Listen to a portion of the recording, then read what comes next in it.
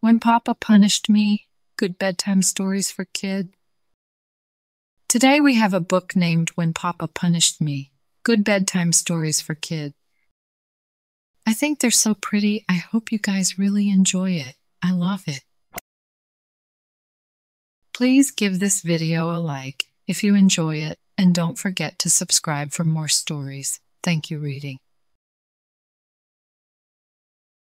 So, here we go. Baby, come for breakfast. Your milk is getting cold, called Bea, my elder brother.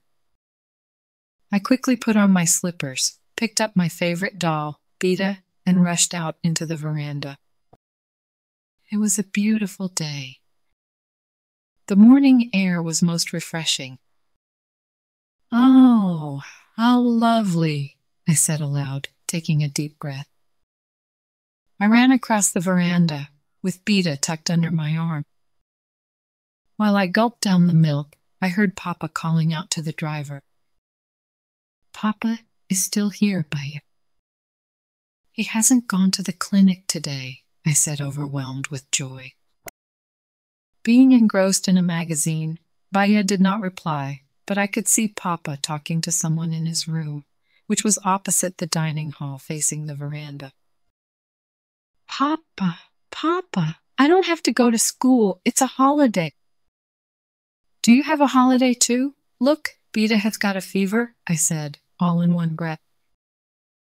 No, my dear child, I don't have a holiday today. You go and play while I talk to Mr. Singe. He is very ill. I'll ask the compounder to give your doll some medicine, Papa said lovingly. It was quite unusual to find my father at home at that time. Normally, he was in his clinic before I woke up. So I was very happy. My father wiped his spectacles with the kerchief as he listened to his patient care. I was on the balcony when I heard, Baby, come here, see this. It was my brother from the veranda. He had spread himself on an easy chair, and our dog, Tom, was dancing around on his hind leg. I burst out laughing. Papa will give medicine to Beta, I said, showing off. And I'll ask Papa to give some medicine to his darling daughter, because she laughs and laughs, said Bea, tickling me and sending me into fits of laughter. Being the youngest child in the family, I received everyone's attention and affection. Papa, of course, was the most affectionate. I ran from one end of the veranda to the other and then onto the balcony, staying close to Papa's room to attract his attention while I played. I swung on the curtain, thumped on the door, tapped on the table, pulled, and pushed the chair. Look, Gaia, what a variety of sounds they make, I said, pulling the chair, then leaping up and rapping on the door, clapping my hand, jumping all the while. Don't, pleaded Bea, not taking his eyes off the book in his hand. Racing back to the window of Papa's room, I saw him still busy with the patient. I loved to see him there before me while I played. He must be liking it too, I thought, to see me play around in his room. I dragged a chair and climbed onto the table. This, at last, drew Papa's attention. Baby, be careful, you'll fall down, he said tenderly. Look, Papa, I am taller than everyone, I grinned from ear to ear, making my eyes disappear. All one could see was a set of white teeth and chubby cheeks. Both Mr. Singh and Papa smiled. Papa did not look convinced. So I said again, raising my hands above my head, Papa, I'm a big girl now. He nodded with a smile and continued talking to the patient. I touched all that I could reach with my hands till I got to the black switch. No, you should not touch it. I was imagining what my mother would have said. If you touch it, you'll get hurt, Baya had told me once. This was a forbidden article for me, but how attractive it looked, black against the light blue wall. Unable to resist the temptation to touch it, I pressed the switch, and the light came on. I immediately switched it off. I was scared. I looked at Papa with large, anxious eyes, but he was busy writing. He did not see me. I looked at Papa again and then at the switch, which begged my hands to touch it again. "I'll do it just once more, okay?" I said softly to myself. I repeated the mischief once more and was unable to stop myself from doing it again and again.